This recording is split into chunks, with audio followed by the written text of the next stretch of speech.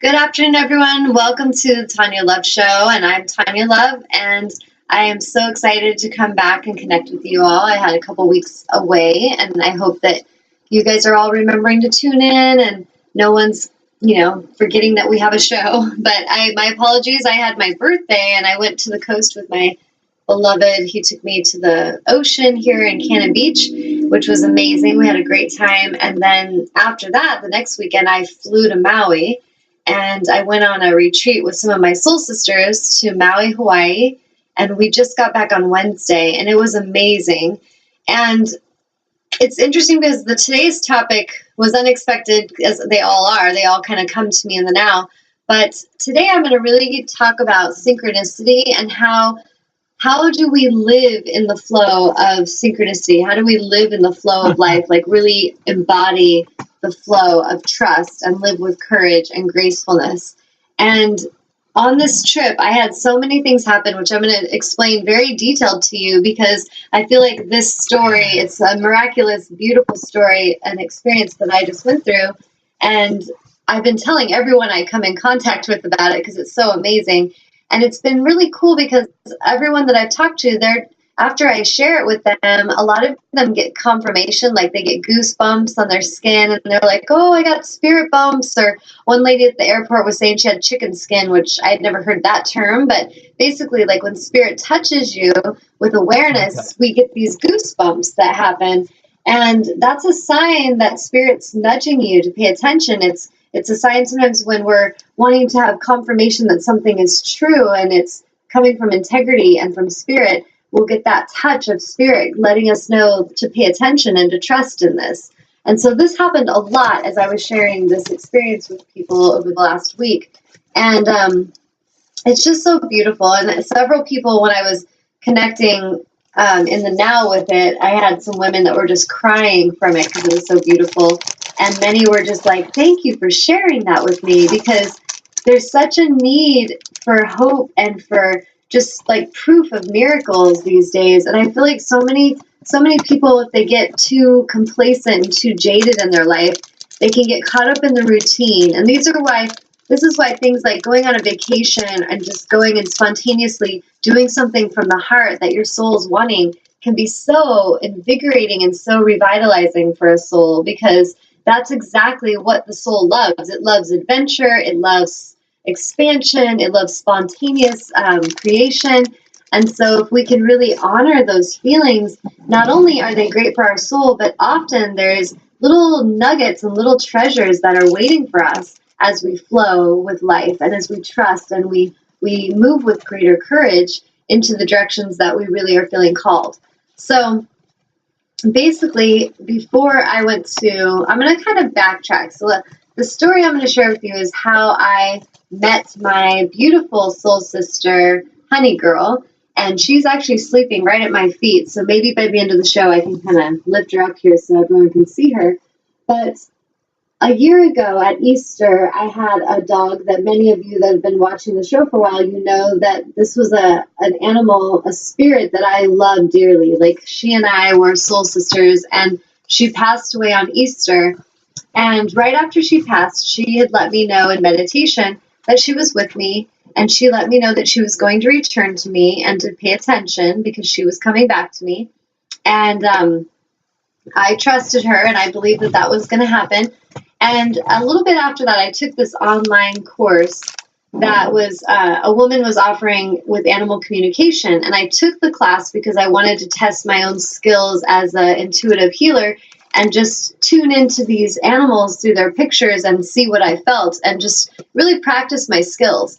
And so I took this class, and it was an amazing class. And, I realized, wow, I really do know a lot about energy just through a picture, which was really great confirmation. But one of the things that happened in this workshop was the woman let us put pictures up of our pets. And so I put a picture up of Shiva, and she saw her, and she was like, oh, when did your puppy pass on? And so I was kind of explaining what had happened. And then she said, well, she's already made the decision to come back to you. She's actually coming back, and I'm sensing it's going to be in the spring. And she said she felt it was going to be close to my birthday in springtime. And I was like, interesting, because she told me the same thing, that she didn't tell me spring, but she said she'd be coming back to me soon. And I just had an intuition that it was going to be close to my birthday. So this all happened months ago. And then I kind of let it go and really wasn't thinking about it. Well, probably a couple months before this trip to Maui, I just was feeling this strong pull to go to Maui. And it was just a heartfelt thing. It was nothing logical. I just felt strong pull to go to Maui, Hawaii, and Maui in particular, not Oahu, not Kona, but Maui.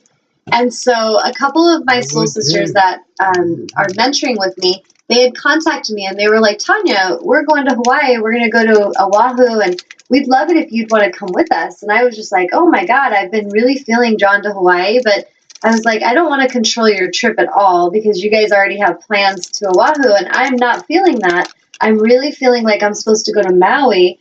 And then they were thinking about it and they got back to me and my friend was like, you know what, Tanya, we don't really care where we go as long as it's in Hawaii. And so let's go to Maui. So we started to focus on a hostel that we were going to go stay at because she had stayed at hostels. After the fact, we all kind of talked and every one of us were a little nervous about the hostel thing, but we were kind of like, we'll trust, we're going to let her call that shot. But I'm for some reason feeling that that's not the greatest place that I want to stay. And I didn't know why. It just felt like some things that could show up that would not be as beautiful as I had hoped. And it's just intuition. So we had made the plans to go to Maui. And then I basically asked my angels in meditation for confirmation. And so what I asked them for was, if you are guiding me to go to Maui, Hawaii, I would love for you to help me manifest $1,000 in the next 3 days, because that will be a sign that you want me to go and it will help pay for the trip. So I just put it out to the universe and I was very specific with it being $1,000. So within 3 days, I had all these healing clients and sessions come in and some art sales, and I ended up manifesting $1,100. So I took that as, okay, that was pretty awesome. Let's buy the ticket. So I bought my plane ticket and I made the commitment to go. So the next few weeks, I was just getting a lot of healing clients and doing all the work I could get done before I went on my vacation. And I was working pretty hard. I don't really think of what I do as hard work, but meaning I was putting in a lot of time and a lot of energy assisting souls with healing. And it was really, I was looking forward to a little vacation and some time to just be. And so we went to go on our trip and we were flying out on my birthday. And on the plane trip there, I have this little app on my phone that has an angel app where you can do an angel reading. And so I did an angel reading and I just asked my angels for 3 cards that would give us an intention and an energy of what the trip was about so that I could pay attention, because I felt some in there for basically as a healer, I'm feeling called to offer retreats and seminars and really take what I'm doing out in a more public way. And so I was asking for that confirmation and any other confirmation that they wanted to bring me of what this trip was about, because I knew I was being called to go there.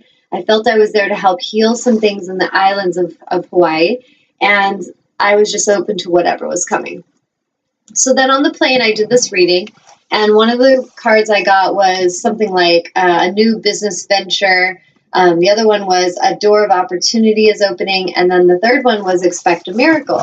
And I felt like they all made sense. The business venture was like, there's going to be some stuff happen, me connecting with the right people to start doing these healing retreats, because I'm feeling called to bring women and men, but women are primarily what's coming in right now, to bring these souls to Hawaii and to do some really transformational work with them with the Empowering the Empath mentorships that I'm leading.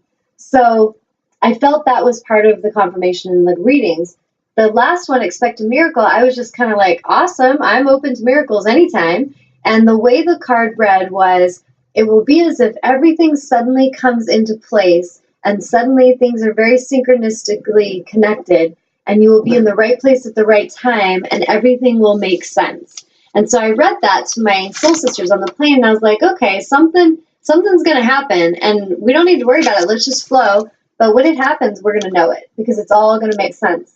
And so we were on the islands and we were having a good time flowing and, doing the tourist thing, going and seeing the volcano and going on the road to Hana and all these things that we were doing.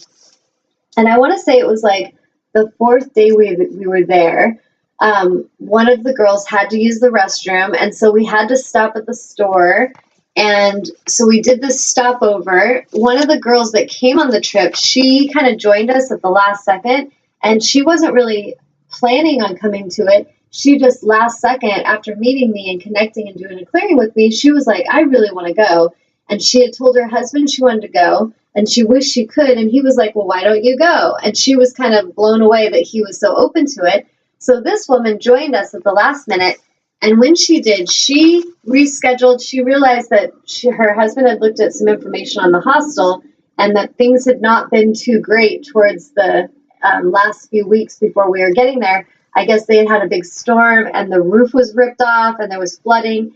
And it was interesting because he was like, you are not staying at that hostel. Like, I don't care if you have to pay more money. You girls are going to stay at a condo or somewhere nice.